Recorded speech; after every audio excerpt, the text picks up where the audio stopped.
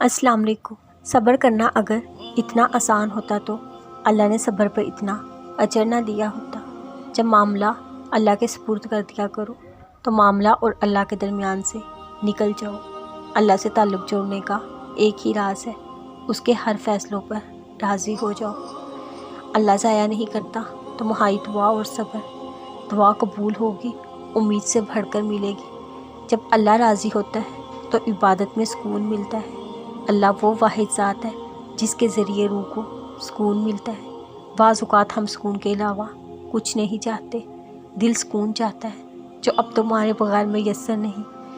جب اللہ کے خوف سے آنسو نکلتے ہیں تو الگ ہی سکون ملتا ہے۔ اللہ جب کن فرمائے گا اور تم دیکھو گے منتظر نگاہوں سے موت سے۔ تمہارے رب نے اختتام تمہارے لیے بہت خوبصورت لکھ رکھا ہے۔ تم اللہ پر توکل رکھو، تمہارے پاس اب بھی دعا کا اختیار ہے۔ اللہ تعالیٰ اپنے بندوں سے 70 ماؤں سے زیادہ پیار کرتا ہے۔ آپ کا صبر اس بات کا گواہ ہے، آپ کو اس کا صلہ ملے گا۔ وہ عطا کرے تو شکر، نہ دے تو کوئی ملال نہیں۔ بے رب کے فیصلے کمال ہیں، اس کے فیصلوں میں زوال نہیں۔ ان کے پہلو بستروں سے الگ ہوتے ہیں اور اپنے رب کو خوف اور امید سے پکارتے ہیں، اور جو کچھ ہم نے انہیں دیا اس میں سے خرچ کرتے ہیں۔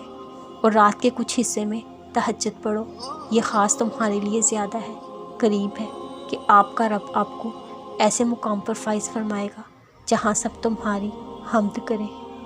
یقیناً آسمانوں اور زمینوں کی پیدائش اور رات اور دن کی بلندیوں میں عقل والوں کے لیے نشانیاں ہیں۔ بے شک ہم تم پر ایک بھاری بات ڈالیں گے۔ بے شک رات کا اٹھنا وہ زیادہ دباؤ ڈالتا ہے اور بات خوب سیدھی نکلتی ہے۔ بس ایک اللہ کو راضی کر لو، تمہارے خلاف لوگوں کی سازشیں ناکام ہوں گی۔ غم اور فکر نہ کرو، اللہ سب دیکھ رہا ہے۔ ہر انسان اپنا بدلہ ضرور پائے گا۔ اپنے دل کا حال اور غم تنہائی میں اپنے رب کو سناؤ، وہ تمہارا غم دور کر دے گا، تمہیں دلی سکون محسوس ہوگا۔ آزمائش میں اللہ اذیت دینے کے لیے نہیں بلکہ کچھ سکھانے کے لیے ڈالتا ہے۔ جتنی جلدی سیکھ جاؤ گے اتنی جلدی دور ہو جاؤ گے۔ صبر کرنا سیکھ لیں، اللہ سب جانتا ہے آپ کن وقتوں سے گزر رہے ہیں۔ صبر کوئی کمزوری نہیں ہوتی، یہ وہ طاقت ہے جو ہر کسی میں نہیں ہوتی۔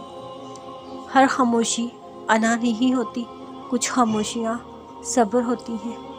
صبر کا اجر دیر سے صحیح مگر اللہ کی طرف سے بہترین ملتا ہے۔ تمہاری تڑپ میں کیا گیا صبر کا اجر اللہ پاک تمہیں بہت جلد نواز دے گا انشاءاللہ۔